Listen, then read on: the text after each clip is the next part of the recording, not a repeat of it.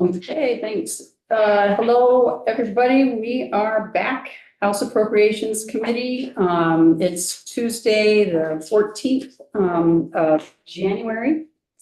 And we are going to have the wonderful presentation from Joint Fiscal Office. Emily Byrne will walk us through the budget adjustment and its process. So take it away.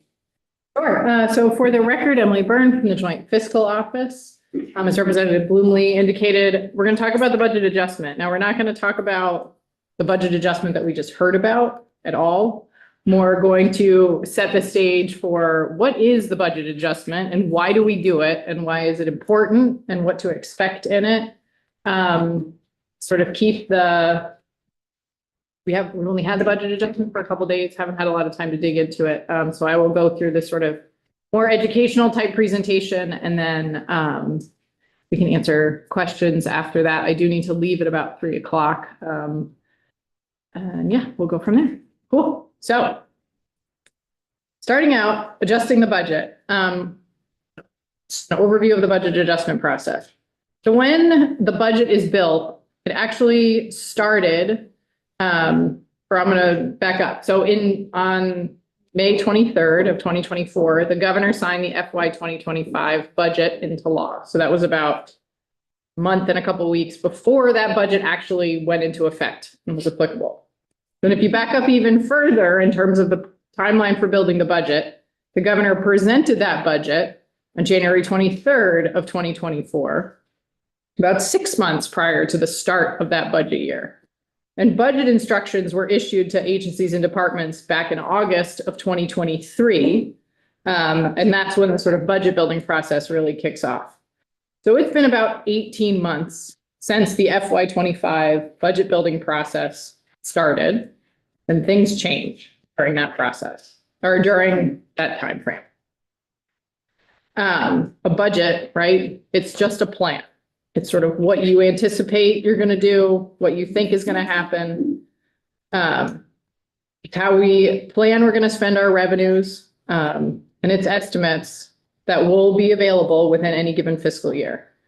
And there are a lot of assumptions that go into that plan. And those assumptions so help craft that plan. So to sort of go into that, so when things change, right? So we started over 18 months ago building this budget. The Emergency Use Board has met a couple times since then. So most recently they met on July 30th of 2024 and they adopted a new revenue forecast. And that revenue forecast has resulted in another $172 million in additional revenue in FY 2025. So we had lots of assumptions about how much revenue would be available. And then a month after the budget became effective, we have another $172 million to work with. And the Emergency Board is going to meet again on January 22nd, a week from tomorrow, I think, and adopt yet another revenue forecast for fiscal 25. So they're going to move the proverbial revenue goalpost yet again for the current year budget.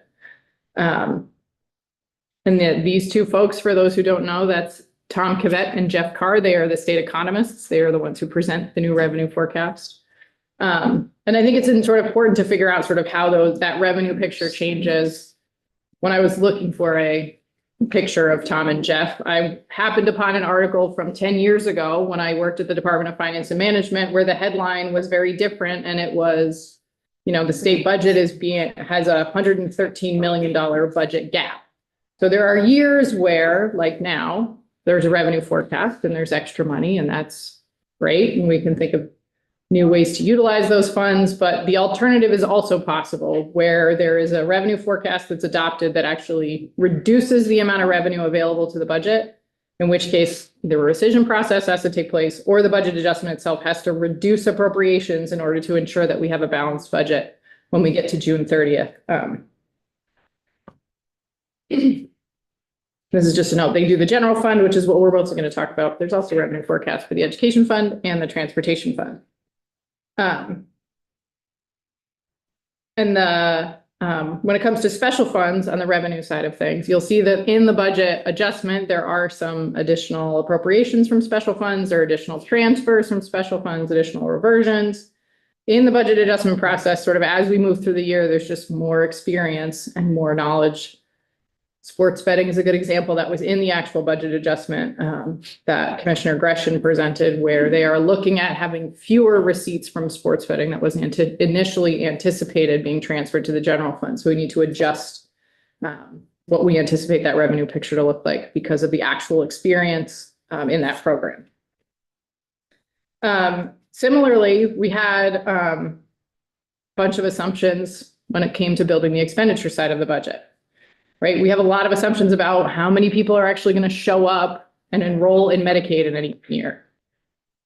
There, and the exact number of people that are going to enroll in Medicaid is anybody's best guess, but we do our best effort to try to come up with those numbers. There's assumptions about how much it's going to snow. The Agency of Transportation has to think about how much plowing it's going to need to do, and it's anybody's best guess how much it's going to snow from one year to the next, and it impacts how much money how much spending those departments are going to need to do on things like salt, on things like overtime for plow drivers.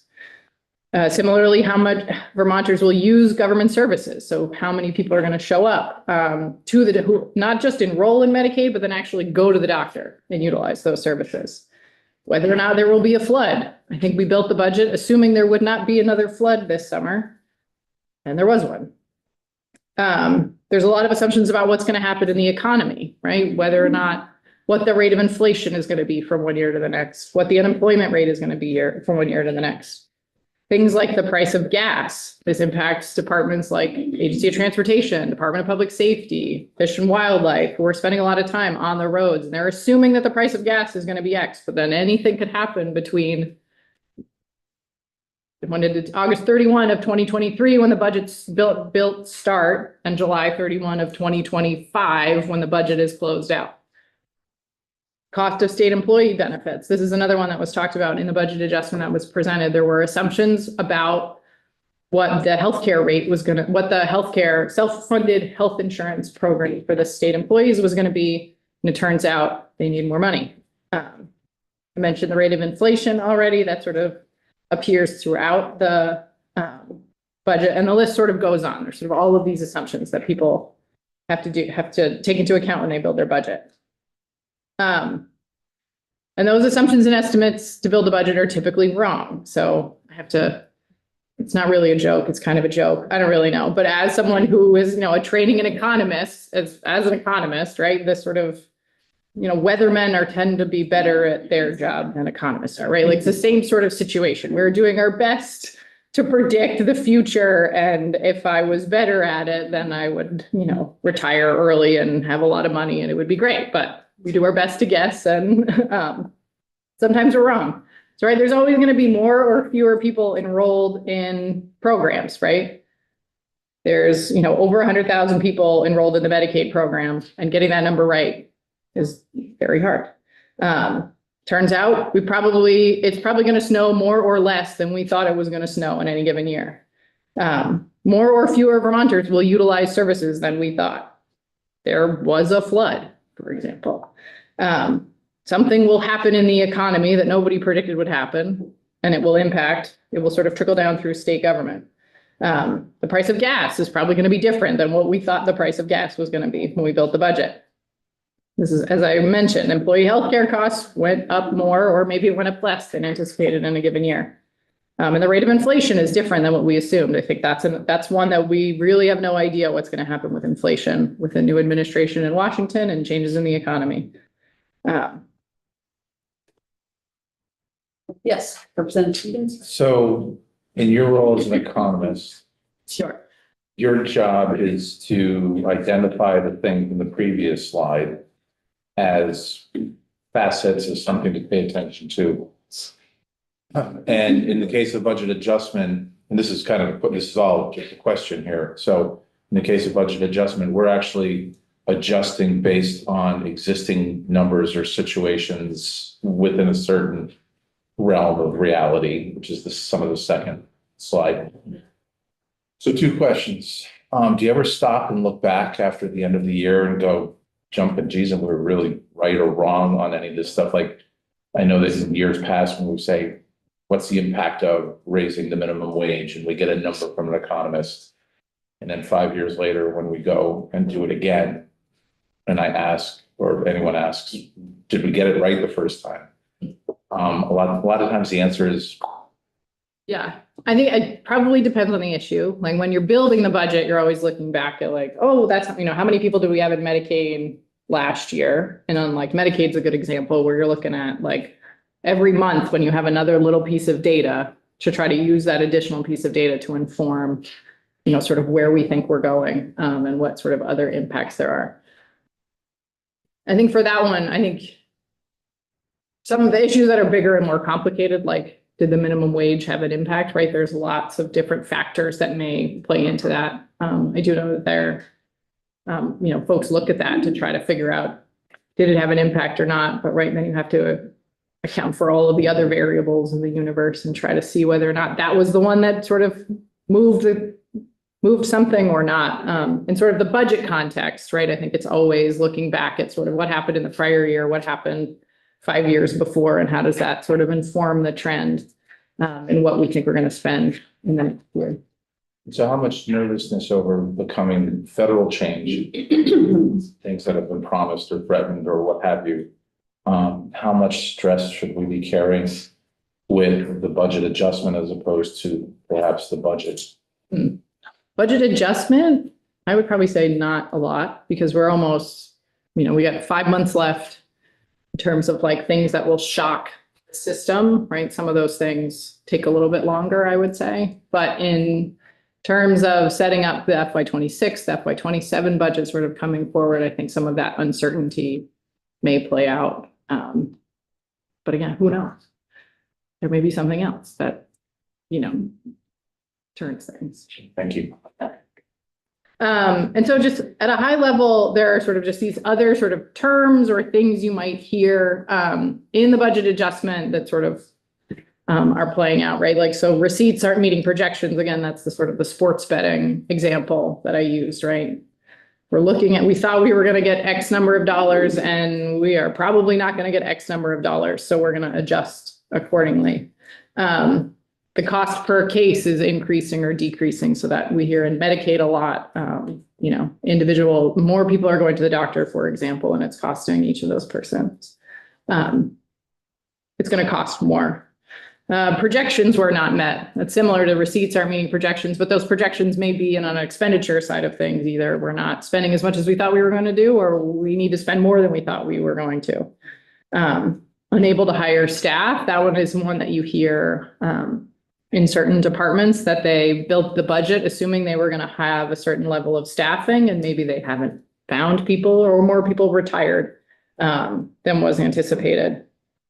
Sometimes you have projects that start late, right? You build the budget assuming you're going to spend 12 months worth of dollars or 9 months worth of dollars, and maybe it takes longer than anticipated to get the RFP issued, or there was a flood and you were going to start work in July, but then you had to redeploy resources elsewhere and you didn't get that project moving as quickly as you thought. So there may be some savings. Sometimes you build the budget assuming that you're going to save money. A good example of this one is the vacancy savings that was budgeted in the Human Rights Commission, right? So we saw in the budget adjustment, they assumed that they were going to have a certain level of positions open. And good news is people haven't left, people haven't retired. They aren't realizing that vacancy savings, which means they need more money so they can cover those anticipated savings that aren't realizing. Sometimes when you build the budget, you have to do a request for proposal for a contract or some sort of service. You make an assumption in the budget. We think it's going to cost $100,000. You put the request out there and all of the bids come back higher than anticipated. So you may have to adjust for that. A lot of times, Commissioner Gresham and Deputy Commissioner Merrill sort of mentioned sometimes we're all humans and sometimes we're not perfect. Occasionally we put the money in the wrong spot. So there will be net neutral transactions moving an appropriation from one section of the budget to another. I know that the one that pops into my mind, there's one within the Agency of Commerce and Community Development where we put the money in their admin appropriation and it should have gone in the economic development appropriation. So that's just a net neutral, no new spending authority, move it from one to the other.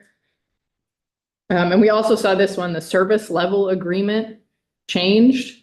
This one is specific to agreements that departments have with the Agency of Digital Services related to purchasing IT equipment. I think because there's a delay, and Aaron, I know, has ADS coming in to sort of speak more to the details, but this is one where the timing of billing doesn't match up with the fiscal year correctly. So some departments didn't have money in their base budget to cover those additional expenses. So in the budget adjustment, we're adding money in so that they can pay ADS for a thing that ADS purchased on their behalf. And this one we talked about similarly. I used vacancy savings as the example above. Probably should have used a different example, but similar. You had an assumption about something you were going to save and you didn't save it, so you need to adjust for it. So we have all of those things. We have that uncertainty. We have all these assumptions that went into the budget that we built, which is where the Budget Adjustment Act comes in. That's where the second A in BAA comes in, is the act after budget adjustment. And that is so that we can catch up the budget to adjust for those changes. So the Budget Adjustment Act is your mid-fiscal year opportunity to make updates to the current fiscal year budget. It's chance to both appropriate unforeseen revenue and address unplanned expenses. I should probably also say, or make unplanned reductions if the revenue went in the other direction. So it's really meant to be a technical adjustment to the appropriations based on new information. The budget adjustment is really not meant to be a policy bill. There are policy bills for that, and the budget usually contains some policy, but the budget adjustment is really supposed to be sort of technical changes.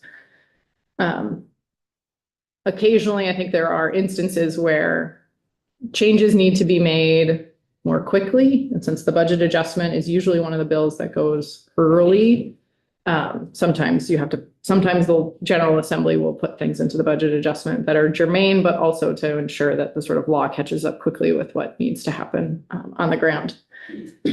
A lot of the things, Commissioner Gresham and Deputy Commissioner Merrill talked a lot about this, but incorporated changes outlined in the letter of intent. Happy to kind of walk through the letter of intent after this quick presentation. Again, it's sort of like the budget's not always perfect, to Commissioner Gresham's point, right? Once the General Assembly passes the budget, there's no opportunity to go, oh, that should have been. I think that at ADS, we missed a digit when we were updating the appropriation, right? There's no opportunity to go back and do that. So it has to, the letter of intent said like, yep, we all acknowledge we missed the digit. We should update this accordingly. And then that's put into action through the budget adjustment. So, and so at the end of, usually, in May and June, Joint Fiscal Office works with the administration to sort of identify any of those issues that were in the budget that need to be updated through the letter of intent, and provide guidance to the administration that the intent is to fix things that were missed in the budget in the Budget Adjustment Act. And so last year there was the letter of intent, and then there was an addendum to the letter of intent. So if you open up the electronic version, those will give you links to those, and I can pull those up once I get through the end of this. I think I only have one more slide. So again, on the timeline of the budget adjustment, so it's always presented very early in the legislative session because it impacts the current fiscal year budget. Typically one of the first bills that the General Assembly is going to pass. And just one thing to know, it's not the last time that the General Assembly can adjust the current fiscal year budget. We sort of talk about it as the C section, but frequently what will happen in the Appropriations Act, and you'll see it likely in the FY 2026 Appropriations Act, in the C section will be adjustments to the current year budget that will happen in next year's budget. So there is another chance, again, assumptions are going to change. We'll learn more information about the current year, and then we may have to make some tweaks to this year's budget. And that's all I had on my presentation. But then I can go to the letter of intent and answer any questions. Dr. Blunt? Thank you. Do we know how much of the budget adjustment has already been expended? Because they don't wait, do they, to take action until we approve it, do they? And does that matter? It depends. They've had So I'll give a- you situation. In human services, Medicaid, there's some request for some $52 million for caseload growth and nursing home pressures. Some of the nursing home pressures deal with, and I'm not questioning the policy on this, deal with extraordinary financial relief. I believe they've already cut a check and given extraordinary financial relief before it's been approved through the process. Mhm. Does that happen a lot? I think it depends on the program. I think when it's like one that's caseload and utilization driven, right? They sort of have to keep going and it's an entitlement. So those folks are Okay. would be entitled to that. And yeah, sometimes it is a catch up based on sort of what's actually happening on the ground. I think sort of to follow up to that, the General Assembly could say, we don't want you to do that. But then in which case they'd have to make cuts. I With think the only key several is, months in in my the mind, I fiscal think year. you might have answered that. These are entitled services Mhm. for Vermonters, so somebody goes ahead and makes sure they're receive what they're entitled to. Would Yeah. that help explain it? I think so, yeah. And I think if there are I'm trying to think of other instances in the budget where, like in the Human Rights Commission, that's asking for additional funds because they're not going to meet their vacancy savings target, right? They have, those people are hired and they are working, and it's to Right. give them additional, and a lot of it too is, it's important to think about it as spending authority, right? So this is giving them the authority to keep sort of spending to meet their mission and their goals. Thank you. I think there are other instances where it's like, we need to, finish this project and they won't start it until they've gotten the budget adjustment passed, sort of thing. Yeah. Letter of intent, I see it's highlighted up there, but Yes. when I touch it here, this doesn't seem to be a link. Doesn't pull it up. But Aaron and I can look at it, make sure we get one posted that has. The letter of intent and the addendum are both posted under today's date on the committee page under Emily's name. So you can download it. I've just pulled it up if we want to look at it really quick. Hopefully, I've looked at it again and some of them are, I have to dig into it, but so it's a general letter that comes from the Appropriations Chair, so both the House and the Senate, to the administration, just giving them, this first one is the one that is the first one on their budget adjustment sheet, the digit that got missed in the Agency of Digital Services reduction, right? So it's acknowledging like, yep, we missed it. Please update it in the budget adjustment. Yeah, and that one's pretty straightforward. This next one was, so in the FY 2025 budget, there was a list of contingent appropriations. I think this got talked about earlier, where there was anticipated additional revenue at year end. And there was a contingency list that was built. I should remember off the top of my head how many things were on it, but it was $114 million worth of expenses. And there was a sort of an open question that we got from the administration in terms of whether or not the intent of the General Assembly was to spend down the list until you run out of money, or to sort of prorate the list based on the amount of money available. And the intent was go down the list until you've exhausted the list. And if there are things that don't get funded, there are things that don't get funded. The outcome of that was there was actually more money that was on the than was listed on the contingency list. So this piece of, this intent was easily met. And then the remaining funds were put into followed this sort of statutory allocation of excess revenues at the end of a fiscal year, where it went to the general fund balance reserve, and then the pension funds, the OPEB for teachers, the two pensions, the teachers and the state employee pension. Anytime I say pensions and Chris is in the room, I always stop myself. If he's not here, I'll talk about it all day, but if he is here, I know I'll get it wrong.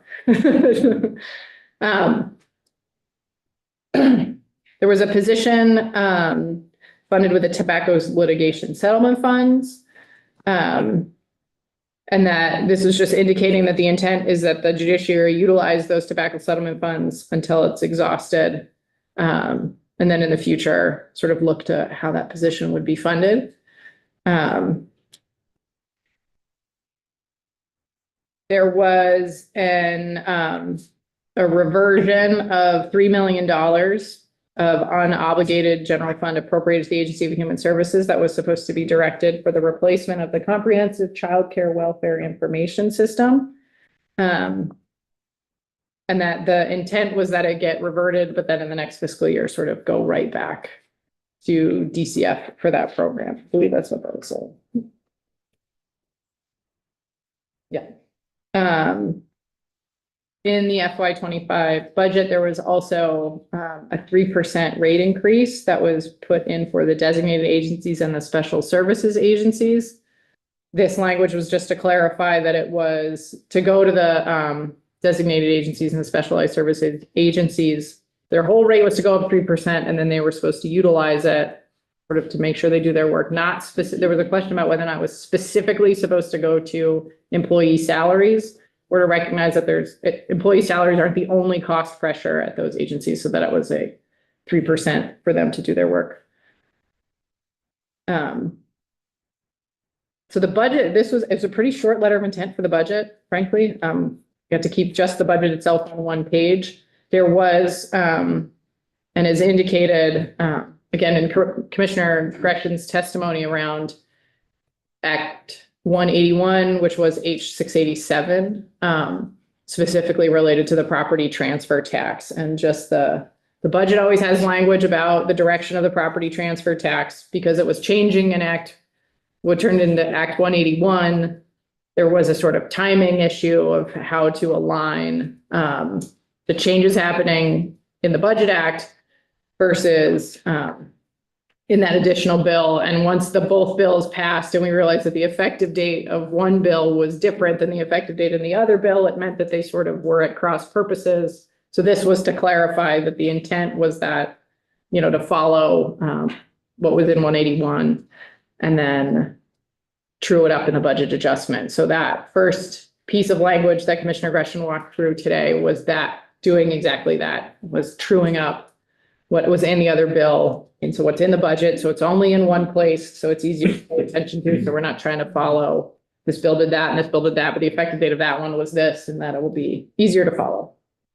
And I think that's the case with all of these. Oh, this is one, it appropriated $2.5 million to the Vermont State Housing Authority. One thing that's important for appropriators to remember is that appropriations have to go to entities of the state. The money is going to go to somebody out of the state. It sort of has to pass through a state department or a state agency. So in this case, the appropriation went to the State Housing Authority, but they cannot receive direct appropriations from state government. So this changes it that it goes through the Department of Housing and Community Development and then to the State Housing Authority. So that there's a grant agreement in place. So it can be in compliance with state policy and law, et cetera. Manufactured home improvement program. Oh, I think there was an appropriation that was erroneously struck in the bill. And it needed to be restated in the Budget Adjustment Act to keep that appropriation alive, I guess. And the effective dates, as Commissioner Gresham talked about, that the effective dates were sort of at cross purposes of each other. So that has been cleaned up in the budget adjustment.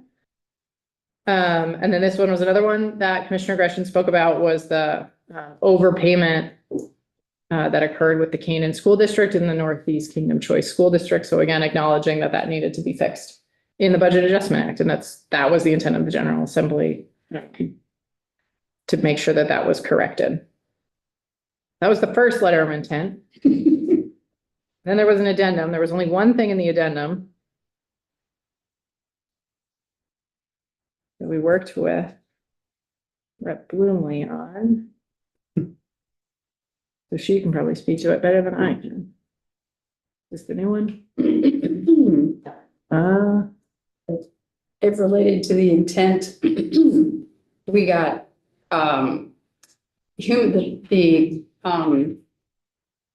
Human Services Committee got different information from two different sources about where the money ought to be going under an appropriation for substance use. And I think that it was at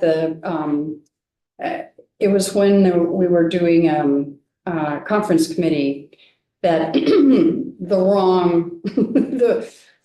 wrong intention made it into the budget.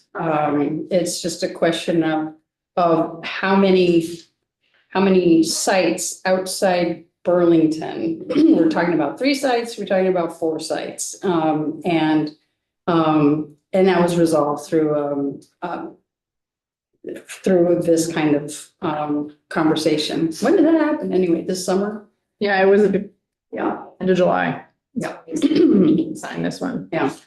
But yeah, that was It was mixing and meshing language from kind of the letter that Human Services sent versus what was an original draft, and it just came out the wrong way. yeah. So this was, this language was attached to the letter of intent to this is what should have actually been in the budget in terms of the number of sites and sort of where they're located. And so this, is this in the budget, the language that he presented? I believe it is. Yeah. I will check. But yeah, then we'll do this and then that will clean that up and go from there. But that was all there was in the letter of intent for the FY 2025 budget. I don't know if that is all that I had for today. I don't know if other people have any questions on Any other? what the point of the budget adjustment is. Well, Emily, thank you very much. You're around, so if anybody thinks of a question that you have, you can ask her tomorrow. And tomorrow we start at 9:30. I think we'll go off live. Maria is here to answer any questions that you have related maybe to your budget section or whatever, but